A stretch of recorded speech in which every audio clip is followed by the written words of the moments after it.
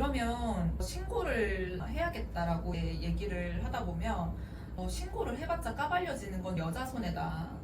이런 얘기를 들으시는 분들이 있어요. 이걸 하는 분들이 가족인 경우도 있고요. 주변 지인이신 분들도 있고 2차 가해를 하시는 거죠. 피해자에게. 여기에 대해서 변호사님 생각은 어떠세요? 안타까운 일인 것 같아요. 피해자가 오히려 자기의 고통을 숨겨야 되고 알리지도 못하고 그런 사회 분위기가 좀 안타까운 것 같아요. 맞아요. 포기하시는 분들이 억울해도 이 수사 기관이 워낙 힘들기 때문에 계속 떠올려야 하는 것도 고통이다 해서 포기하시는 분들도 계시거든요. 여기에 대해서 피해자분은 혼자가 아니거든요. 주위에 도와줄 수 있는 사람이 많아 찾아보면 뭐 가족들도 되고 가족이 아니더라도 친구, 지인 아니면 최소한 변호사 아니면 수사기관도 이게 피해자들 일단 정책적으로 보호해주려는 많은 제도들이 있어요. 그래서 혹시나 자기가 이걸 고소를 함으로써 어떤 2차 가해라던가 아니면 귀찮은 일이 생기지 않을까 걱정돼서 주저하신다면 그러실 필요가 전혀 없다. 현실은 저도 고소 대리를 하면서 보는 건데 수사기관도 정말 신경을 많이 쓰거든요. 피해자 보호를 위해서.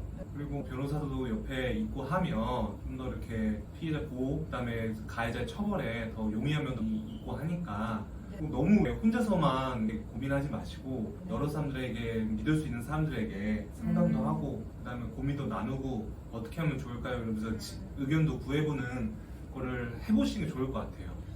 네. 그리고 너무 밀착된 가족이거나 내 자식을 나처럼 생각하는 경우에는 쪽팔린다, 너 때문에 내가 못 산다, 너무 힘들어 하시는 경우가 있어요. 근데 부모님들이 아셔야 되는 건 자녀의 일을 분간해 주셔야 돼요. 그 누구보다 힘든 거는 당사자라는 거, 겪은 사람의 마음을 헤아려 주시고 이 사건이 끝날 때까지 지지해 주시는 게 가장 도움이 되세요.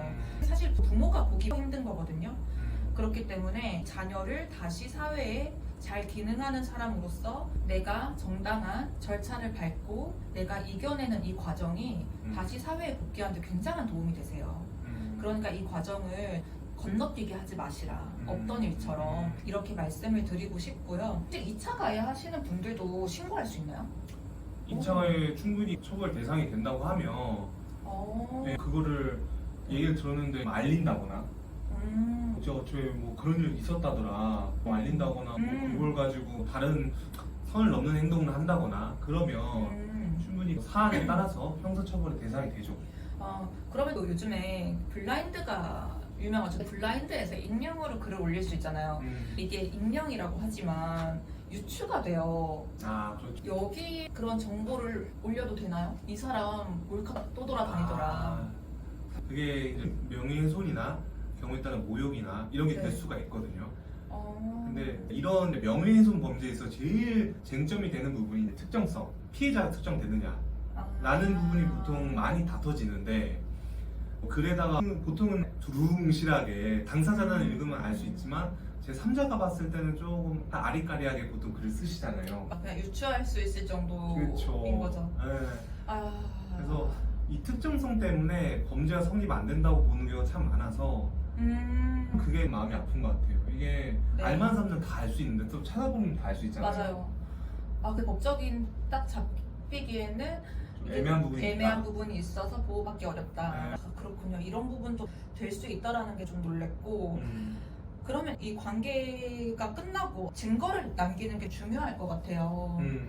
지난번에 변호사님하고 잠깐 얘기했었을 때 증거를 남길 때고 뭘 남겨라 하셨는데 맞아. 어떤 걸 남기는 게 좋나요? 추천드리는 방법은 카톡으로 그때 우리 뭐 찍은 거 지웠어. 근데 찍은 게 앞에 무엇이 찍혔다가 없잖아요. 맞죠. 이거 정황상도 되나요? 정황상도 충분히 가능하죠. 가능해요? 근데 확실히 하려면 그때 우리 성관계 하는 거 왜 말 안 하고 찍었어? 그거 찍었어? 난 그런 거 찍는 거 원하지 않아. 너가 쫄랐잖아. 그런 것들이 분명하게 해라. 그렇죠. 카톡으로 남기는 게 제일 좋고 통화로도 만약에 녹음이 되신다고 하면 그러면 이때 만약에 통화 녹음되는 거 아이폰은 통화 녹음을 하면 상대방에게 알림이 가요. 근데 갤럭시나 이 종은 아니잖아요. 맞아요. 이런 경우에 법적 근거로 상대방 동의 없이 제출할 수 있나요? 당사자들끼리의 통화 녹음은 증거 능력이 있어가지고 걱정 안 하셔도 돼요. 내가 너 녹음한다 이렇게 하지 않아도 언급 안 해도 돼요. 거기 안 해도 되고 그래요? 플레이하셔도 돼요 사실. 아 그렇군요. 네. 그러면은 내가 미안하다고 했잖아. 그래서 내가 미안하다고 했잖아.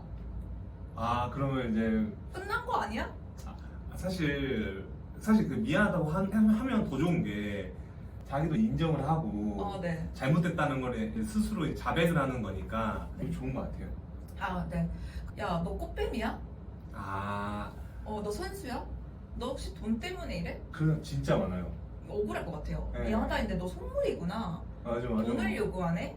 결국에는 이거였어? 사과에는 배상행위가 포함돼야 돼요. 맞습니다. 그 죗값에 치르려면요 공짜 용서 같은 거 사과 같은 거 없어요. 맞아. 항상 그에 준하는 값을 지불해야 되는데 많은 분들이 이런 거를 간과하시고 되게 가볍게 말 한마디 사과만 맞아, 띡 맞아. 하더라고요. 되게 열받네 갑자기 얘기하다가. 이런 경우 어떻게 처리하나요? 아니 사실 말만 띡 하는 게 그거는 이제 피해자 입장에서 생각을 해야지 가해자가 자기는 사과하면 끝이라고 생각한다는 것 자체가 그쵸. 너무 괘씸하고 맞아. 진정한 사과인 게 저도 같은 생각이거든요. 맞아요. 이거랑 똑같아요. 예를 들어서 커피를 갖다가 옷에 확 뿌렸어요. 근데 미안해. 근데 그 옷이 너무 아낀 옷이야. 열받죠. 미안 안 돼요. 옷값 클리닝값 물려주거나 얼룩이 제거가 안 되면 옷값에 대해서 준하게 물어줘야 되는 것처럼 심리적인 부분도 마찬가지예요. 여러분. 맞아. 심리적인 거에 대해서 관가하시면 안 돼요. 심지어 이거는 배상이 더 세요. 돈 주고 해결할 수 있는 상처는요 괜찮지만 그래도 안 괜찮아요. 근데 돈으로 해결 안 되는 특히 이런 말로 인한 상처, 심리적 상처는요 어마어마해요. 맞아요. 그래서 여기에 대한 책임감을 가지셨으면 좋겠고요. 일단 얘기를 하다 보니까 부부관계는 빠지기는 했어요. 그럼 짧게 부부관계의 영상 촬영 어떻게 해요? 우리 남편이 아니면 우리 와이프가 이런 걸 너무 좋아하니까 촬영을 했다. 근데 난 사실 하기 싫다. 어떻게 보면 정서적으로 폭력이라고 보는데 이거는 그냥 가정폭력인가요? 성폭력인가요? 저도 상담사님 말에 충분히 동의를 하는데 법상으로 봤을 때 이게 가정폭력으로 확대해서 이렇게 보지는 않을 것 같아요. 수사기관 입장에서는. 저도 충분히 그거는 부부 입장에서 상대방을 배려하지 않은 행동이고 이것도 광의의 폭력이라고 보는데 이거를 어쨌든 상대방이 요구를 해가지고 오케이 이 영상 찍는다라고 했으면 일단 형사처벌 대상까지는 안 될 것 같다. 또 가정폭력이라는 게 지금 이 가정폭력 처벌법이라는 또 법이 따로 규정이 돼 있는데 거기서 말하는 가정폭력이라 하면 우리가 일반적으로 하는 폭언, 폭행 뭐 이런 것들을 보통 가정폭력이라고 하거든요. 거기서 말하는 법상.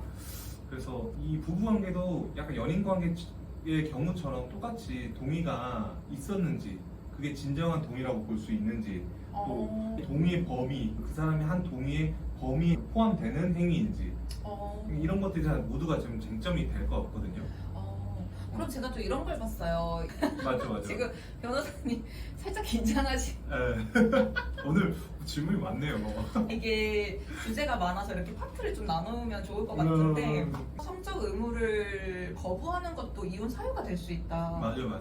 네, 이잖아요. 그런 성관계에 대해서 어느 정도 선이어야지 의무를 다한 건가요? 이 성관계는 부부의 네네. 내밀한 부분이잖아요. 네네. 그래서 뭔가 판례가 제시하는 그래도 한 달 몇 번을 해야지 성적 의무를 다했다. 이런 건 없어요. 없구나. 네, 없어요. 없대요, 여러분. 네, 그것도 정하는 것도 웃겨. 의무적으로 돼버릴 수 있으니까. 나는 뭐 한 달에 부부끼리 2번이면 충분한데 법에서 이렇게 뭐 한 달 몇 번 하라 했으니까 그것도 웃기잖아요. 그래서 이건 좀 약간 협의의 문제인데 둘이 서로 타협을 해서 만족할 수 있는 횟수나 방법이 적정한 거고 근데 제 3자가 봤을 때 네. 성관계를 거부한다거나 아니면 소극적으로 한다거나 이런 게 너무 과하다 거부가 네네. 이러면 이혼 사유가 될 수 있을 것 같아. 그 과하다 거부가 근데 주관적이잖아요. 그쵸. 받아들이는 수준이 그쵸. 이런 사례도 봤어요. 우리 오늘 할까 했는데 싫어했다고 1년 동안 안 하시는 분. 너무 너무 상처받은 거야. 이 한마디에.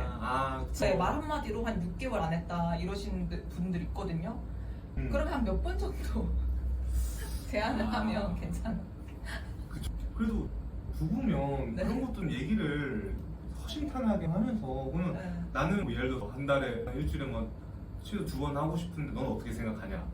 이런 대화 해도 됩니다 하신 분들 생각보다 많아요. 그렇죠. 그래서 네. 나는 한 번이 충분할 것 같은데 이러면 왜 격주로 2번 이렇게 하고 뭐 이런 식으로 충분히 그건 대화 가능하고 대화도 해야 되는 문제잖아요. 맞아요. 적극적으로 하셔야 된다.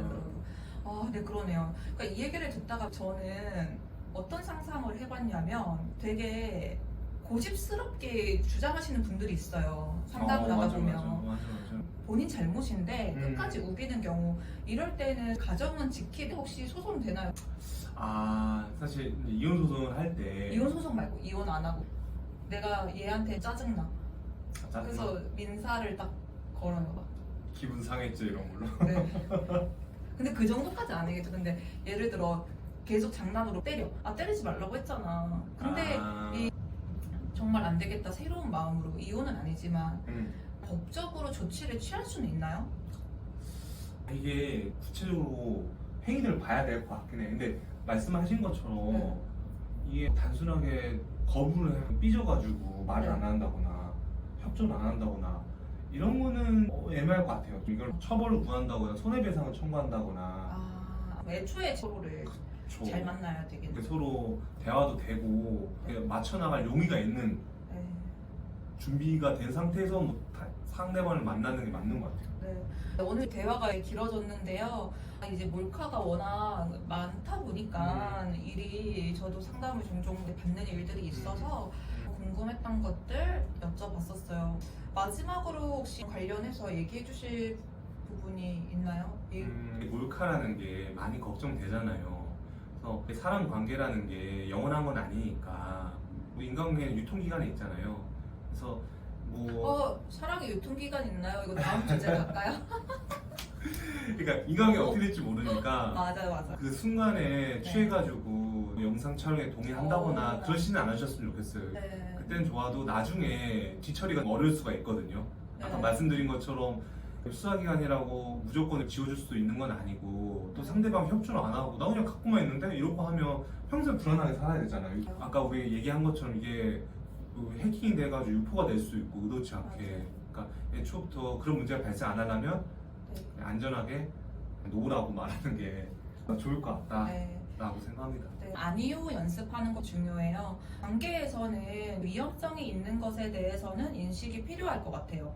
아까 변호사님이 제가 하고 싶은 얘기를 해주셨는데 마냥 즐기자 하기에는 내가 사랑하는 사람의 관계가 위기에 처할 수가 있어요.